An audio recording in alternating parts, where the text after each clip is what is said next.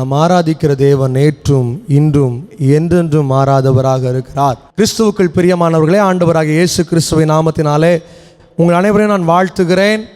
யூடியூப்ல பார்க்கிற உங்கள் ஒவ்வொருவரையும் கர்த்தர் ஆசீர்வதிப்பாராக. தேவனுடைய வருகை மிக சீக்கிரமாக இருக்கிறது. வேத புஸ்தகத்தில் எழுதப்பட்ட ஒவ்வொரு காரியங்களும் இந்த உலகத்தில் நிறைவேறி கொண்டே இருக்கிறது. கர்த்தர் சொன்னது போலவே அவர் மறுபடியும் வரப்போகிறார்.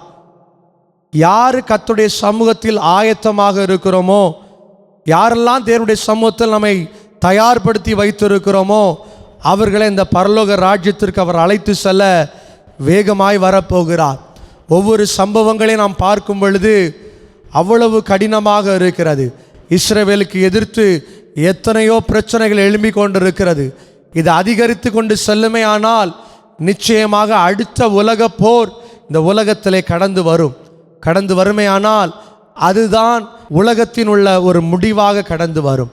அதற்கு நாம் தப்பிக்க வேண்டுமானால் தேவனுடைய வார்த்தைக்கு, தேவனுடைய சபைக்கு, தேவனுடைய காரியங்களுக்கு யார் முதலிடத்தை கொடுக்கிறார்களோ அவர்களை கர்த்தர் தப்புவிக்க பண்ண வல்லமை உள்ள தேவனாக இருக்கிறார். வேகமாய் தேவனுடைய வார்த்தைக்கு நேராக நான் கடந்து செல்ல வேண்டும் என்று விரும்புகிறேன். என்னோடு கூட உங்கள் வேத புஸ்தகங்களை பிரசங்கி 1ஆம் அதிகாரம் 2ஆம் வசனத்தை நாம் வாசிக்க கேட்போம். மாயை மாயை, எல்லாம் மாயை என்று பிரசங்கி சொல்லுகிறான்.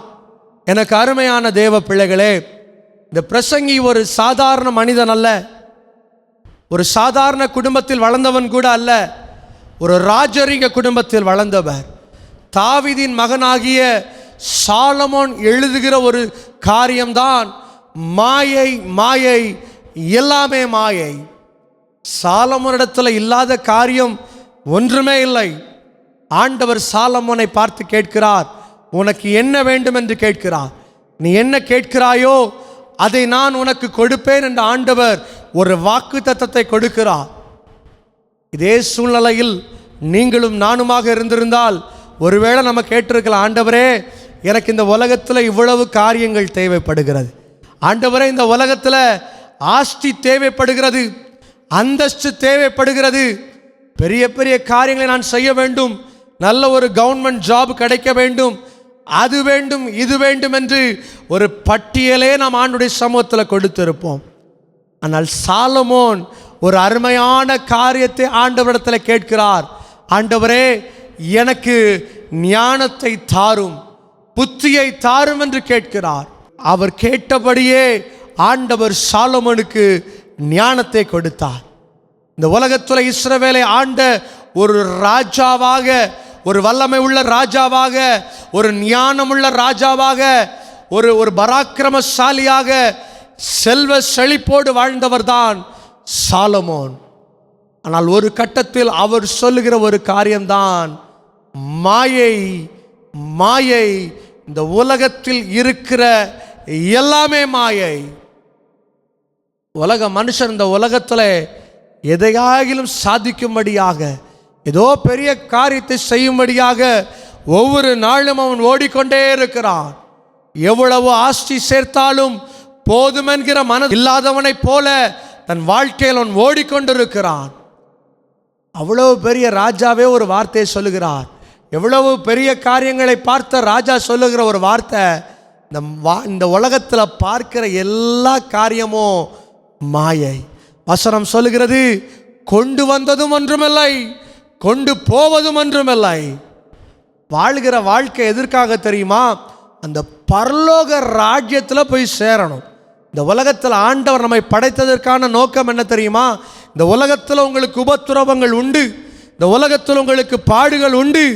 ஆனால் வசனம் சொல்லுகிறது, உலகத்தை ஜெயித்த தேவன், இந்த உலகத்தை அவருடைய வார்த்தையினால் ஜெயித்த தேவன், மரணத்தை ஜெயித்த தேவன் நம்மோடு கூட இருக்கிறார். நம்முடைய குறைகளை அவர் மாற்றுவார், நெருக்கங்களை மாற்றுவார், சூழ்நிலைகளை மாற்றுவார். கண்ணீரோடு இந்த வார்த்தையை நீங்கள் கேட்டுக்கொண்டு இருக்கலாம். என்னுடைய வாழ்க்கையில் ஒரு மாற்றம் வருமா? பாலைவனம் போல் இருக்கிற என்னுடைய வாழ்க்கையில் ஒரு சோலை வனத்தை நான் பார்க்க முடியுமா?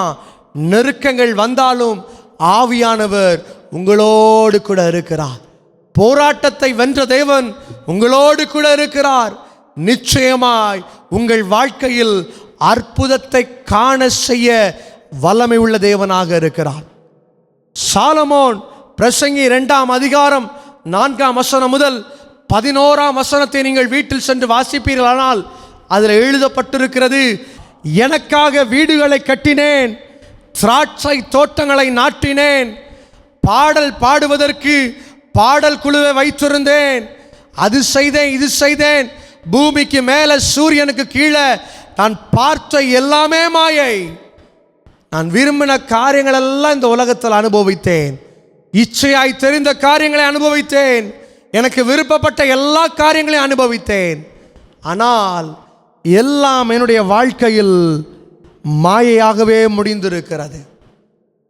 இந்த உலகத்தில் ஆண்டவர் உங்களை வைத்திருக்கிறாருன்னா தேவன் விருப்பப்பட்ட வாழ்க்கையை வாழும் பொழுது, தேவன் விரும்புகிற வாழ்க்கையை ஒரு ஒரிஜினல் கிறிஸ்டியனாக வாழும் பொழுது ஆண்டவர் உங்களை உயர்த்த கிருபை உள்ள தேவனாக இருக்கிறார். இந்த காலை நேரத்தில் 3 காரியங்களை உங்கள் மத்தியில் எடுத்து வைக்க வேண்டும் என்று விரும்புகிறேன். தேவன் எப்படிப்பட்டவர்களாக நீங்கள் இருக்க வேண்டும் என்று விரும்புகிறார். சாலமோனே சொல்கிறாரு, எல்லாமே மாயை, நான் கண்ணில் பார்த்தது, நான் சந்தோஷப்பட்டது எல்லாமே மாயை, நான் எப்படி ஒரு வாழ்க்கையை வாழ வேண்டும்? கிறிஸ்தவனாக வாழுகிறவர்கள், விசுவாசிகளாக தேவனுடைய சபைக்கு வருகிறவர்கள், தேவனுக்கு பிரியமாய் நடக்க வேண்டும் என்று விரும்புகிறவர்கள் எப்படிப்பட்ட வாழ்க்கையை வாழ வேண்டும்? மிக சீக்கிரமாய் 3 காரியங்களை உங்கள் மத்தியில் எடுத்து வைக்க வேண்டும் என்று விரும்புகிறேன். என்னோடு கூட நியாயாதிபதிகள் 9ஆம் அதிகாரம் 9ஆம் வசனத்தை நாம் சத்தமாக வாசிக்க கேட்போம். அதற்கு ஒலிவமரம், தேவர்களும் மனுஷரும் புகழ்கிற என்னிலுள்ள என் கொழுமையை நான் விட்டு மரங்களை அரசாள போவேனோ என்றது. எனக்கு அருமையான தேவ ஜனங்களே, இந்த இடத்துல ஒரு காரியம் எழுதப்பட்டிருக்கிறது. அபிமலைக்கு என்று ஒரு மனுஷன் இருக்கிறான். அவன் யார் என்றால் கிதியோனுடைய ஒரு குமாரன். அவனுக்கு ஒரு ஆசை வருகிறது, நான் எப்படியாவது ராஜாவாக மாற வேண்டும், இஸ்ரவேலின் நியாயாதிபதியாக மாற வேண்டும் என்று அவன் எண்ணுகிறான். அப்படி இருக்கிற சூழ்நிலையில் ஒரு நாள் அவனுடைய உறவினர்களுடைய வீட்டிற்கு செல்லுகிறான். அங்கே பார்த்து கேட்கிறான், எனக்கு எப்படியாவது ஓட்டு போடுங்க, நான் எப்படியாவது ஒரு நியாயாதிபதியாக மாற வேண்டும். இந்த நாட்களில் பார்க்கும் பொழுது, அரசியல்வாதிகளை பார்க்கும் பொழுது, எப்பொழுது ஓட்டு தேவைப்படுகிறதோ அப்பொழுது நம்முடைய வீட்டுக்கே தேடி வருவார்கள். எனக்கு எப்படியாவது உதவி செய்யுங்கள், என்னை எப்படியாவது ஒரு எம்எல்ஏயாக மாற்றுங்கள், இல்லை என்றால் ஒரு எம்பியாக மாற்றுங்கள் என்று கையெடுத்து கும்பிடுவதை நாம் பார்க்க முடிகிறது. இதே போல தான் அந்த நாட்களில் அபிமலைக்கு ஒரு காரியத்தை செய்கிறான். தன்னுடைய உறவினர்களுடைய வீட்டிற்கு சென்று நான் எப்படியாவது நியாயாதிபதியாக மாற வேண்டும் என்று கேட்கிறான். அவனுக்கு 70 சகோதரர்கள் இருந்தார்கள். 70 சகோதரர் இருக்கிற பட்சத்தில் அபிமலைக்கு அவ்வளவு ஈஸியா அவன் அந்த ஒரு நியாயாதிபதியாக மாற முடியாது. அவனுடைய உறவினர்கள் எல்லாரும் அவனுக்கு சப்போர்ட் பண்ணுறாங்க. அபிமலைக்கு செய்கிற ஒரு காரியம், 70 சகோதரர்களையும் ஒரே கல்லால் அடித்து அவன் கொலை செய்து விடுகிறான். ஒருவன் மாத்திரம் அதில் தப்புகிறான். யாரு தெரியுமா? யோதாம் என்று ஒரு மனுஷன் இருக்கிறான். அதாவது கிதியோனுடைய கடைசி குமாரன் யோதா மாத்திரம் தப்புகிறான். அவன் சொல்லுகிற ஒரு உவமையை தான் நாம் இந்த இடத்துல வாசிக்கிறோம். அதில் எழுதப்பட்டிருக்கிறது, அதற்கு ஒலிவமரம், தேவர்களும் மனுஷரும் புகழுகிற எண்ணில் உள்ள என் கொழுமையை நான் விட்டு மரங்களை அரசாளுவேனோ என்றது. இந்த உலகத்தில் எல்லாரும் பெரிய ஆளாகணும், அப்படி இருக்கணும் இப்படி இருக்கணும்னு ஆசைப்படுறாங்க. ஆனால் ஒலிவரம் மரம் சொல்லுது, எனக்கு அரசாளுவது முக்கியமல்ல, இந்த உலகத்தில் பெரியவனாய் வாழுவது முக்கியமல்ல, இந்த உலகத்தில் செல்வந்தனாய் வாழ்வது முக்கியமல்ல, தேவன் விரும்புகிற, தேவன் புகழ்கிற ஒரு மனுஷனாக நான் வாழ வேண்டும். தேவன் முதலாவது உங்களிடத்தில் விரும்பப்படுகிற ஒரு காரியம் என்ன தெரியுமா? ஒரு ஒரிஜினல் கிறிஸ்தவன் எப்படி இருக்க வேண்டும் தெரியுமா? தேவன் புகழ்கிற ஒரு மனுஷனாக இருக்க வேண்டும். வேத புஸ்தகத்தில் வாசிக்கும் பொழுது நீதிமொழிகள் 28ஆம் அதிகாரம் 20ஆம் வசனம் சொல்லுகிறது, உண்மை உள்ள மனுஷன் பரிபூர்ண ஆசீர்வாதத்தை பெற்றுக்கொள்கிறான். தேவன் யாரை புகழ்கிறார் தெரியுமா? உண்மையாய் வாழுகிற மனுஷனை ஆண்டவர் புகழ்கிறார். யார் ஆண்டோடைய சமூகத்தில் உண்மை உள்ளவர்களாக வாழுகிறார்களோ, தேவனுக்கு முன்பதாய் உண்மை உள்ளவர்களாக இருக்கிறார்களோ, அவர்களை தான் ஆண்டவர் என்ன பண்றாரு? உயர்த்தி வைக்கிற தேவனாக இருக்கிறார்.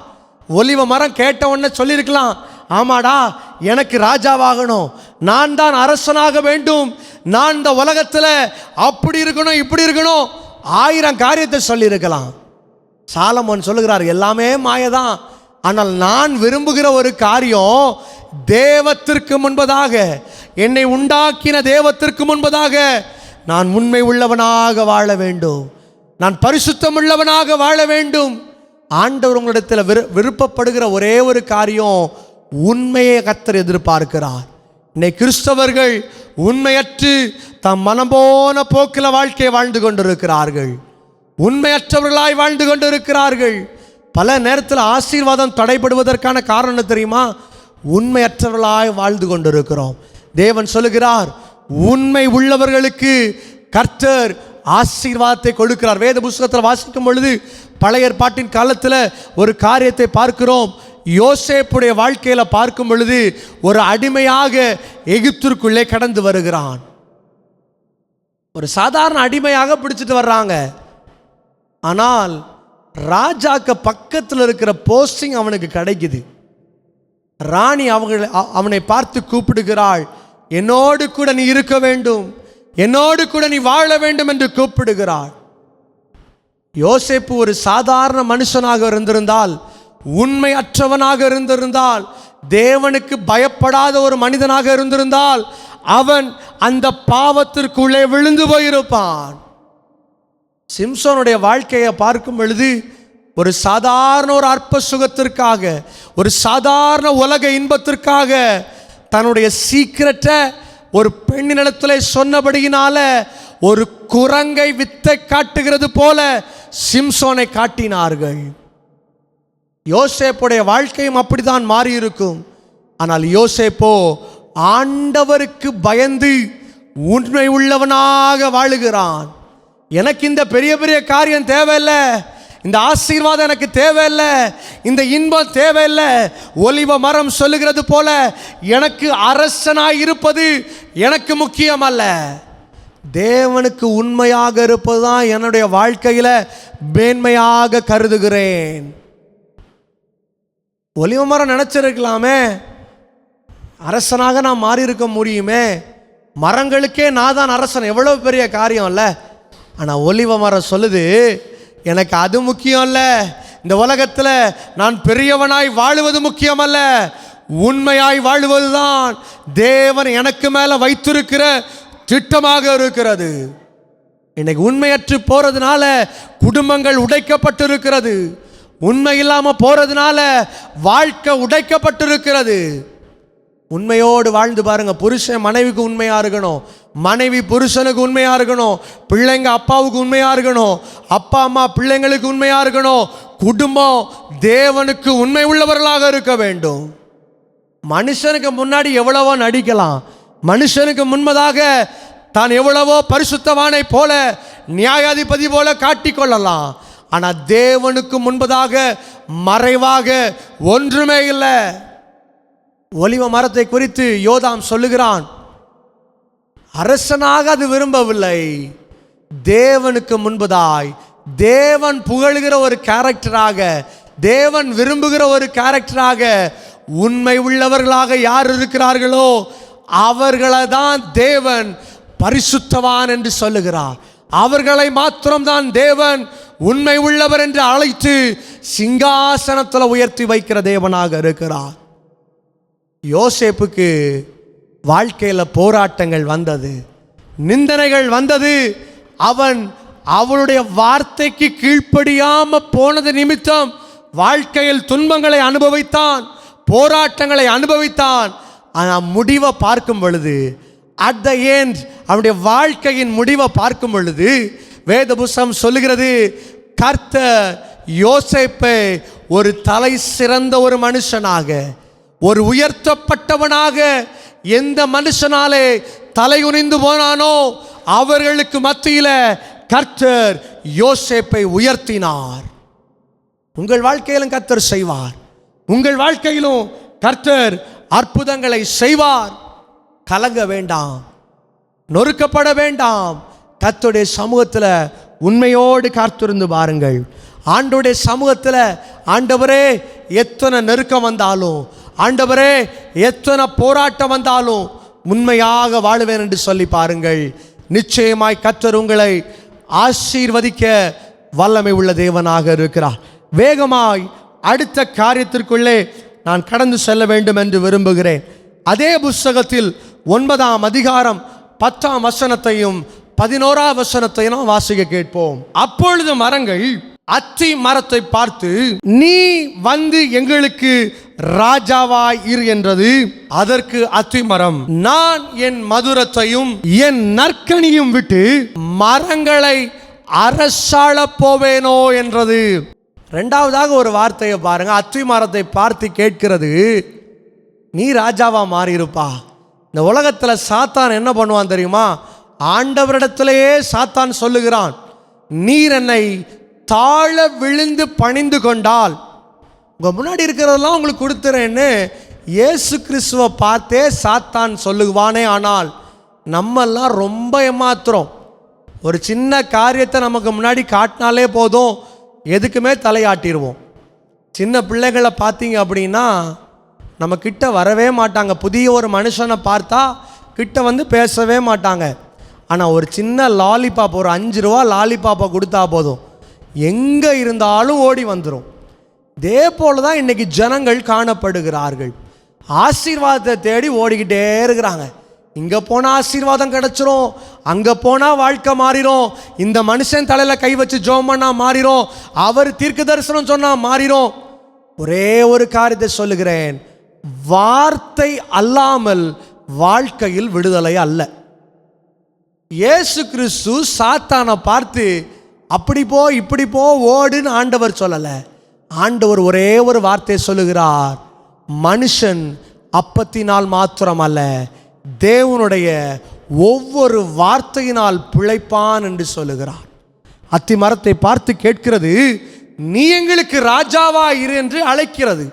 அத்தி மரம் ரொம்ப அழகான ஒரு வார்த்தை சொல்கிறது, நான் என்னுடைய மதுரத்தை விட்டு.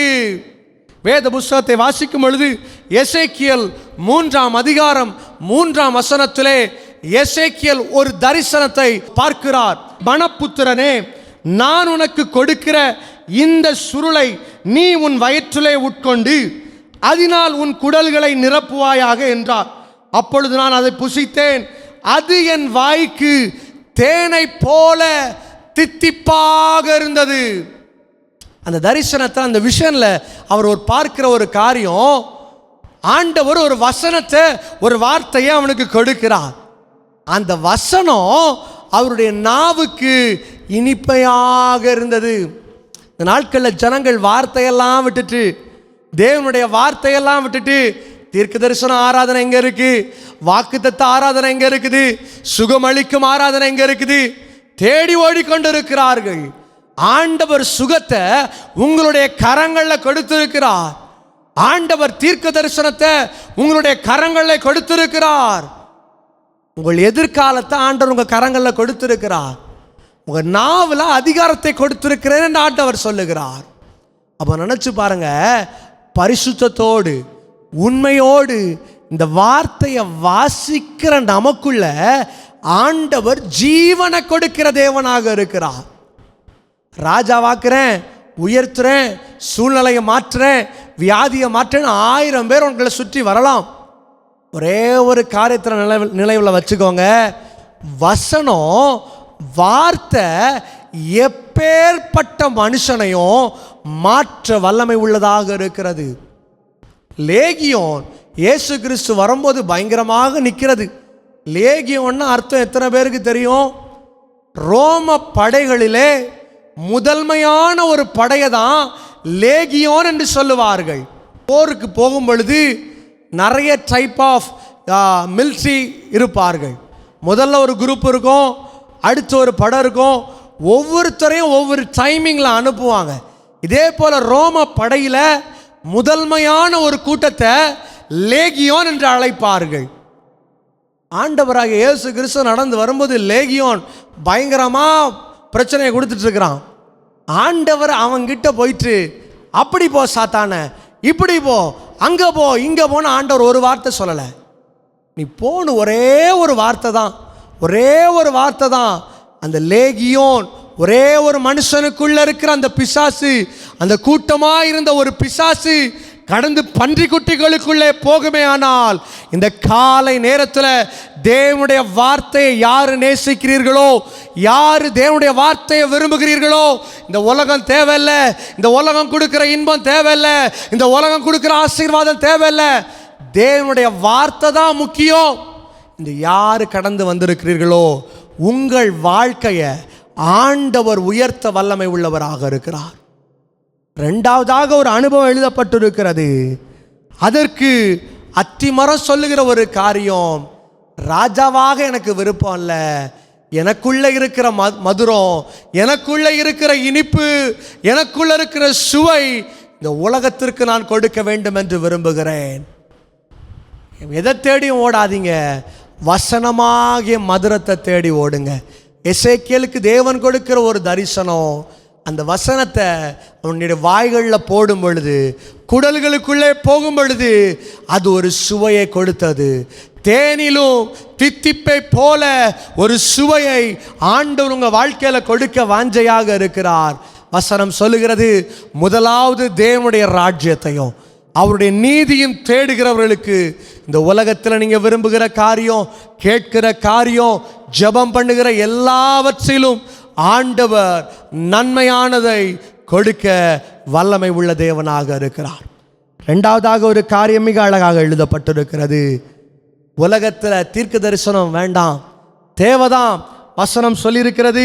கொரிந்தியரின் புஸ்தகம் 14ஆம் அதிகாரம் 3ஆம் வசனத்தை வாசிக்கும் பொழுது, தீர்க்க தரிசனம் சொல்லுகிறவனோ மனுஷனுக்கு பக்தி விருத்தியும் புத்தியும் ஆறுதலும் உண்டாகத்தக்கதாக பேசுகிறான்.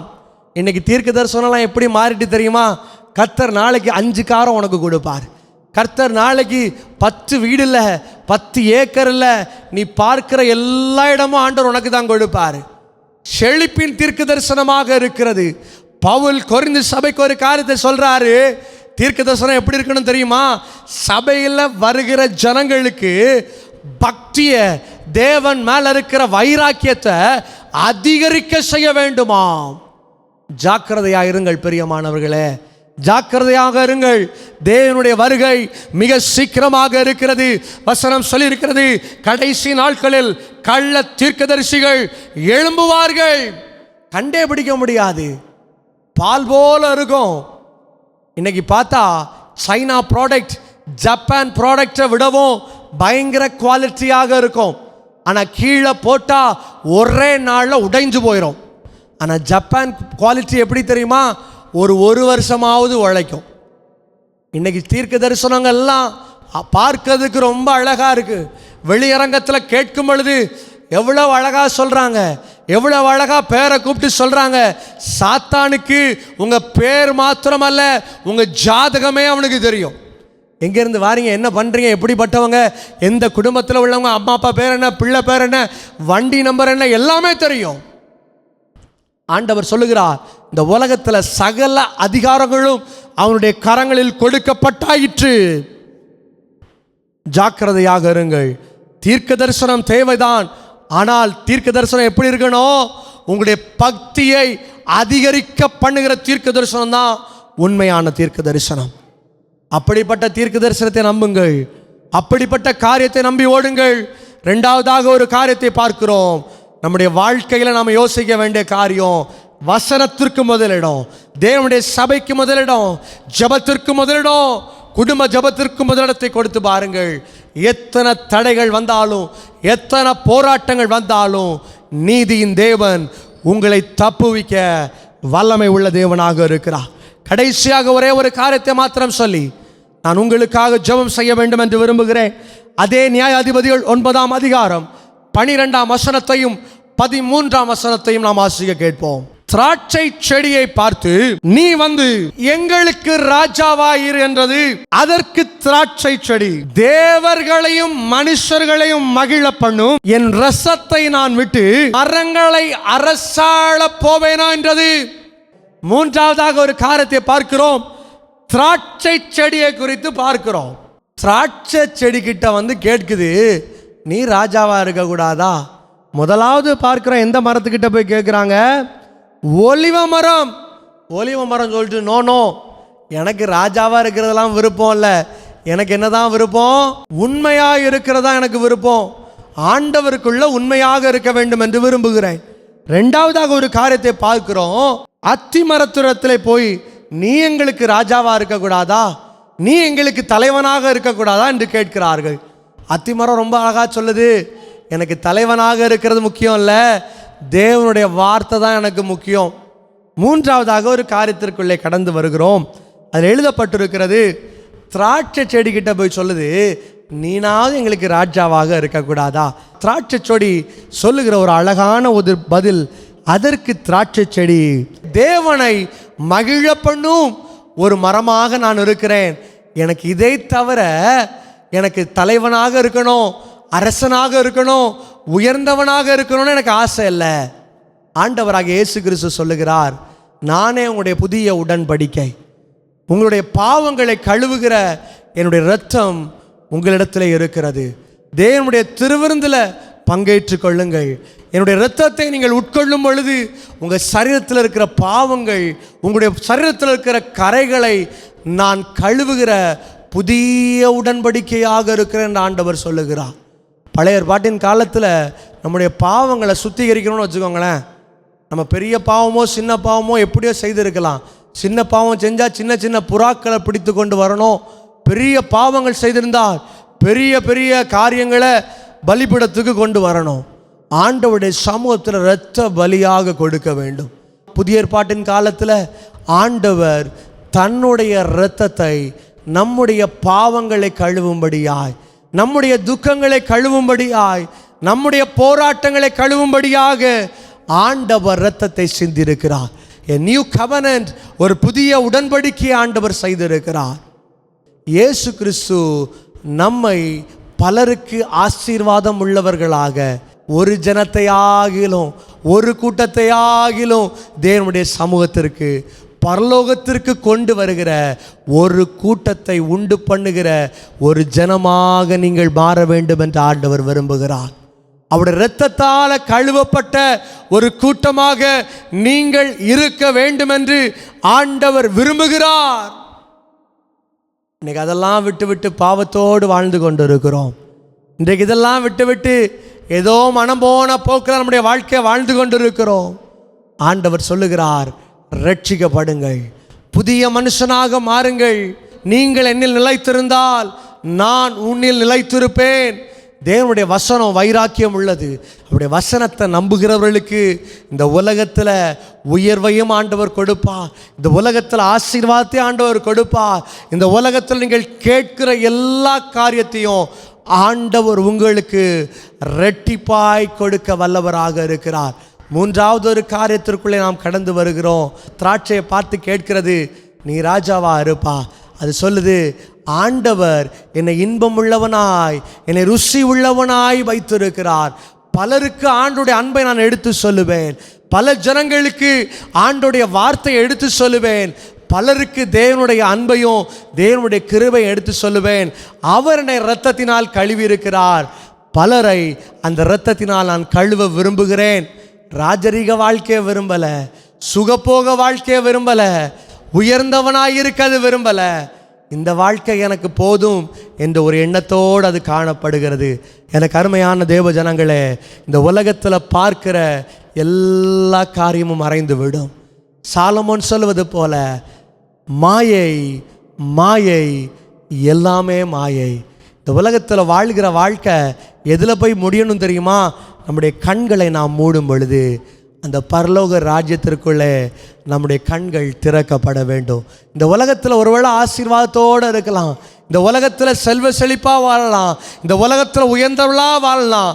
ஆனால் கண்களை மூடும் பொழுது நரகத்திற்குள்ளே கடந்து செல்வோமே ஆனால் நம்மை காப்பாற்ற ஒருவர் கூட வர முடியாது.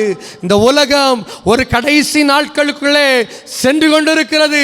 நீங்களும் நானும் கண்களை மூடும் பொழுது அந்த பரிசுத்த பரலோக ராஜ்யம் நம்மளை வருக வருக என்று வரவேற்குமையானால் அதுதான் நமக்கு கிடைக்கிற ஒரு பெரிய சந்தோஷம். இந்த உலகத்தில் அப்படி இருக்கணும் இப்படி இருக்கணும்லாம் ஆசைப்படவே செய்யாதீங்க. ஆண்டவர் சொல்கிறாரு, இந்த உலகத்தில் உங்களுக்கு உபத்திரம் உண்டு, இந்த உலகத்தில் உங்களுக்கு போராட்டம் உண்டு, இந்த உலகத்தில் உங்களுக்கு கண்ணீர் உண்டு.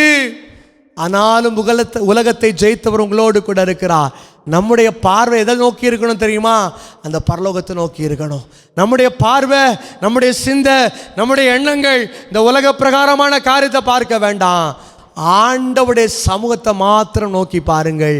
நிச்சயமாய் சொல்லுகிறேன், கர்த்தர் உங்களுக்கு விடுதலையை கொடுப்பார். இந்த உலக பிரகாரமான காரியத்தை தேடாதீங்க, ஆண்டவரை தேடுங்க. 3 காரியங்களை உங்கள் மத்தியில் எடுத்து வைத்திருக்கிறேன். முதலாவது ஒரு அனுபவம், உண்மை உள்ளவர்களாக வாழுங்கள். 2வது ஒரு அனுபவத்திற்குள்ளே கடந்து வருகிறோம், முதலிடத்தை தேவனுக்கு கொடுங்கள். கடைசியாக ஒரு அனுபவத்திற்குள்ளே கடந்து வருகிறோம், புதிய உடன்படிக்கை. ஆண்டவரே, நான் இன்று முதல் யாருக்காகிலும் உம்மை குறித்து நான் சொல்லுவேன். உம்முடைய இரத்தத்தினால் என்னை ஒவ்வொரு நாளும் பரிசுத்தப்படுத்தி கொள்ளுவேன். பாவங்கள் இல்லாமல் வாழ எனக்கு கிருபை செய்யும் என்று கேளுங்கள். நிச்சயமாக இந்த வாரம் தேவன் உங்களை ஆசீர்வதிப்பார்.